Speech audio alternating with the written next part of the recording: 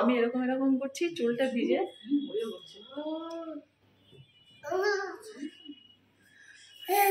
যে ক্যামেরাম্যান আর করছে না। আজকে আমি বিশাল বড় একখানে রিস্ক নিয়ে ফেলেছি। আজকে আমরা মার মেয়ে প্রথমবার কলকাতা টু মালদা, জীবনের সব থেকে বড়। বলবে বাপরে বাপ, সত্যি আমার নিজেরই টেনশন হচ্ছে। তোমরা যাচ্ছ যে মাম্মাকে নিয়ে, দাদাকে ছাড়া। বলছি ব্যাপারটা কি হয়েছে। অ্যাকচুয়ালি যেতাম ওর পাপার সাথেই। ঘটনাটা হয়েছে যে ওর প্রচুর ঠান্ডা লেগেছিল, ওই জন্য ভেবেছিলাম যে যাবো না, এখানে থেকে যাব। ওর পাপা খুব মন খারাপ করে চলে গেছে। 10 দিনের ছুটি কন্টিনিউ এরকম পাওয়া যায় না, এবারই প্রথম পাওয়া গেল। তো এবার বলছে যে ছুটি পড়েছে, তাও আলাদা থাকছি। মানে তার আগেও আমি কিছুদিন বসে ছিলাম, 1 সপ্তাহ মতো কন্টিনিউ এখানে একা ছিল। তো বেচারার মন খারাপ। আর ওখানে গিয়ে বলছে যে খুব বেশি ঠান্ডা নেই। আমি বললাম দাও টিকিট কেটে রিস্ক নিয়েই নি, যা হবে আমি রেডি। আমি রেডি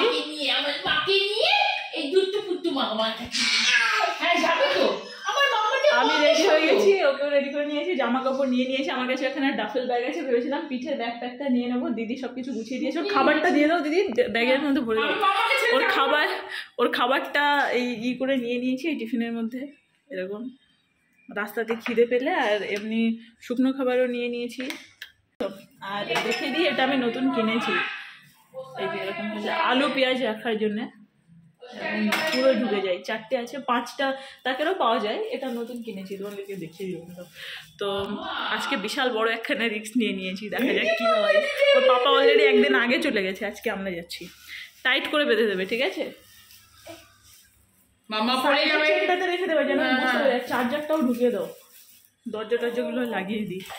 আর আমি ভাবলাম এটাকে আমাকে ভিডিও করে রাখতেই হবে, কেননা এরকম একটা মেমোরেবল দিন যদি ভিডিও করে না রাখি। আমার যেতে কোনো প্রবলেম নেই, আমার ভয়ও নেই। প্রবলেম হচ্ছে ওকে নিয়ে একা যাচ্ছি, এটা আমার টেনশন। দেখি সোজা করে বসিয়ে দিয়েছি। আচ্ছা, চার্জারটা ভিতরে একদম ভিতরে ঢুকিয়ে দেবো। আর ওরে মাথায় দেবো এটা স্কার্ফটা, এটাকে সাইডে রেখে দেবো যেন খুললেই বেরিয়ে যায়, বুঝেছো? ব্যাগ ভারী করবো না করতে করতে ওর জামা কাপড়ে তাও ভারী হয়ে গেছে। প্যাম্পার্স বেশি নিয়ে নিই, প্যাম্পার্স তো কিনে নেওয়াই যাবে, কোনো ব্যাপার না। দিদি সব জানলা ফান্না লাগিয়ে দিয়েছো? জানলা টানলাগুলো ঠিক আছে। চলো চলো, রাস্তায় গিয়ে দেখা যাক কি অবস্থাটা হচ্ছে। তো এখন বেরাচ্ছি, উবের বুক করেছি এখান থেকে কলকাতা স্টেশন পর্যন্ত। ওখান থেকে ওই কলকাতা বালুরঘাট একটা ট্রেন আছে 12:55-তে, ওটা। কত ওস্তাদ হয়েছে, কি পারে না ও করতে। আমি শুধু এটাই চিন্তা করি, ও কি জানে না, কি পারে না। কাজে দেখো, ও বাবা বলি ও কায়দা শিখে গেছে মোবাইলের সাথে। আসো মামা, আসো আসো। ওর স্কার্ফটা ধারে দিয়ে দিয়েছো? এই তো যেটা ওই উলের ওই যেটা গায়ে হাফটা পরাবো টুপি, খুললেই সব পেয়ে যায় সামনে সামনে। এই তো সামনেই আছে। ঠিক আছে, আসো মামা।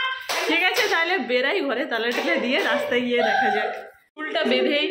চুলটা বেঁধেই নিলাম। এই হলো ব্যাগ। সত্যি গো, ব্যাগটা নাই কত ওয়েট করলে? একদম লিস্ট, মানে সব থেকে কম যেটা নেওয়ার দরকার নেই সেরকমই নিয়েছি। তারপর ব্যাগের অবস্থা, এক কাঁধে এক ব্যাগ, এক কাঁধে আর এক হাতে মামা গাড়ি আসে, গাড়িতে বসে থাকবে, অসুবিধা নেই। চলো চাবিটা ই করি। অসুবিধা কিছুই নেই, বুঝেছো? আমার ভয় রাস্তায় হাতে সময় নিয়ে বেরিয়েছিলাম, কিন্তু উবের বুক করার পরে উবের আসতে অনেক লেট করে দিয়েছে। তো ওই জন্য আমি একটু টেনশনে ছিলাম। আমার ট্রেনের টাইম ছিল 12:55-তে, আর আমি ঘর থেকে মোটামুটি 11:15-টার দিকে বেরিয়েছি।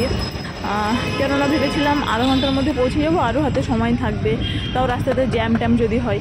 এখানে উবের আসতে লেট হয়ে গেছে, এখন 12:20 বেজে গেছে। তো ওই জন্য একটু আমি টেনশনে ছিলাম, যেহেতু একা একা যাচ্ছি। কলকাতা স্টেশনে নামলাম, নেমে কোলে আমি হেঁটে হেঁটে যাচ্ছি। ওই যে কলকাতা বালুরঘাট, 12:05 নম্বর প্ল্যাটফর্মে দিয়েছে। আমি এখন আজকে পাচ্ছি তোমার 1, আমাকে সত্যি 5-এ যেতে হবে। মেয়ে ঘুমিয়ে গেছে, তারপরে কাঁধে ব্যাগ। এটা দিয়ে উঠতে আমার হাল খারাপ হয়ে যাচ্ছে, ঢালু ব্যাগ আর মেয়েকে নিয়ে উঠতে আমার অবস্থা খারাপ।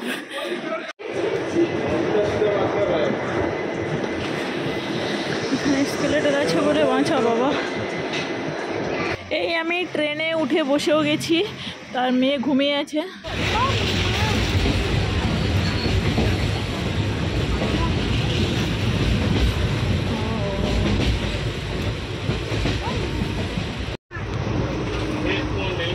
ভালো চিরুনি, পেপার সব নীলকাড়া, সেট টেবিল, মানি ব্যাগ আছে, চিরুনি আছে, সেট টেবিল লাগবে, হেডফোন লাগবে, মানি ব্যাগ লাগবে, রবারের এলিমেন্টস লাগবে, পেপার সব আছে, পকেট আছে। যেহেতু একা একা যাচ্ছি ওই জন্য একটু টেনশনে ছিলাম যে যদি ট্রেনের মধ্যে কান্নাকাটি করে বা কিছু প্রবলেম হয়, বাট ব্যাপারটা উল্টো হয়ে গেল। কারণ ট্রেনে ওঠার পর আমার আশপাশে মোটামুটি লেডিস উঠেছিল অনেকজনই, আর আমার মেয়ে গোটা রাস্তা তাদের সাথে মানে মজা করতে করতে গেছে, হই হুল্লোড় করতে, খেলা করতে করতে।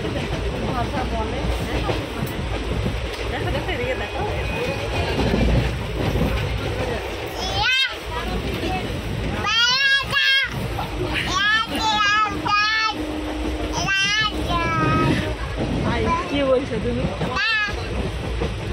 এটা বাবাকে দেখাবো, বাবাকে দেখাবো। বাবা যাবো, বাবা যাবো।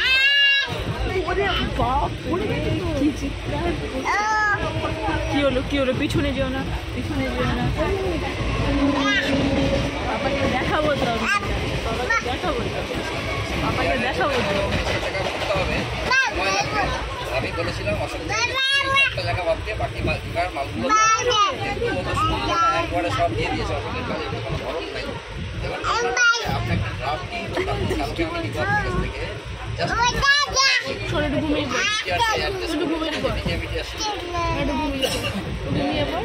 বা অ্যাড্রেস করুন জিএম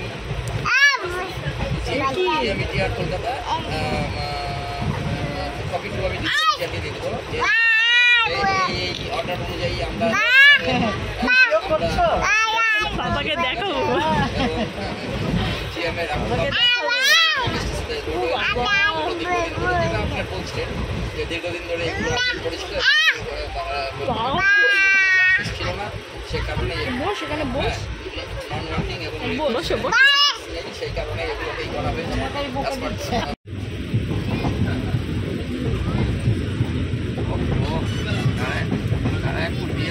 ভাই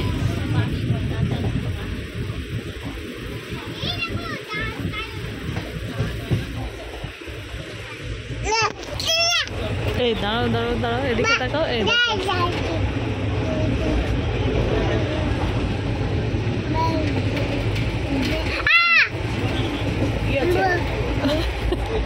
ট্রেনটা সন্ধ্যে 6:40 নামার কথা ছিল, বাট 2 ঘন্টা লেট হয়ে গেছে ট্রেনটা। তো বাচ্চা এখানে ঘুমিয়ে গেছে, আর আমার হাজব্যান্ড আমাদের জন্য স্টেশনে ওয়েট করে আছে অনেকক্ষণ থেকেই। যেহেতু একা যাচ্ছি ওই জন্যে বেচারা খুব টেনশনেও আছে, বারবার খালি ফোন করছে। এদিকে আমি তোমাকে দেখতে পেয়েছি, আমি তোমাকে দেখতে পেয়েছিলাম। না খুবই কাঁদছিল। কই মুখটা একটু দেখাও দেখি কেমন করছে, মুখটা একটু দেখাও দেখি কেমন করছে। এখন না দেখে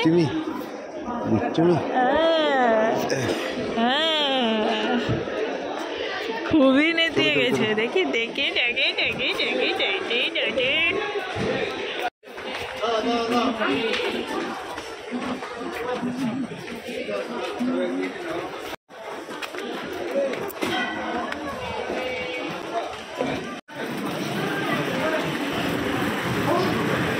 এখন পাপার কোলে উঠে চুপ, খুবই কাঁদছিল।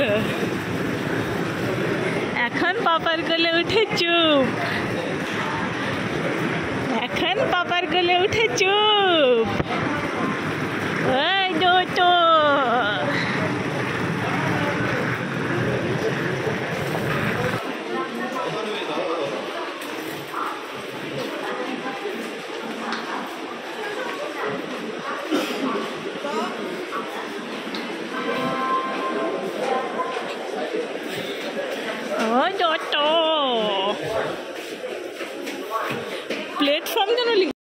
নামলাম আমি, আর আমাকে দেখো পুরো এক্সস্টেড, ভীষণ টায়ার্ড লাগছে। ট্রেন 2 ঘন্টার বেশি লেট। এই হচ্ছে ও চলে এসছে নিতে। মেয়েও কান্নাকাটি করছে, ওকে বাড়িতে গিয়ে খাওয়াতে হবে, ঘুম পাড়াতে হবে। এই দেখো দেখো দেখো দেখো, এদিকে দেখো।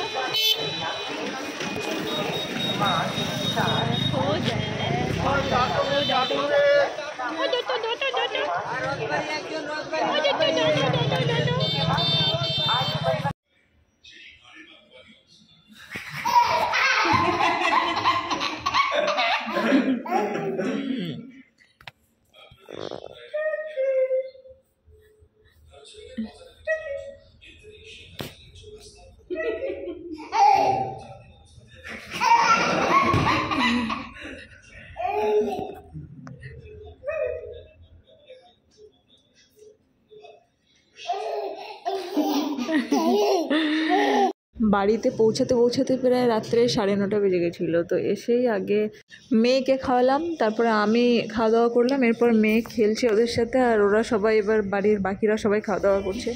তো চলো ভিডিওটা এখানেই শেষ করছি। ভালো লাগলে লাইক করে দিও, চ্যানেলকে সাবস্ক্রাইব করে দিও। তো তোমাদের সাথে পরে আবার দেখা হচ্ছে। Bye, tata, good night.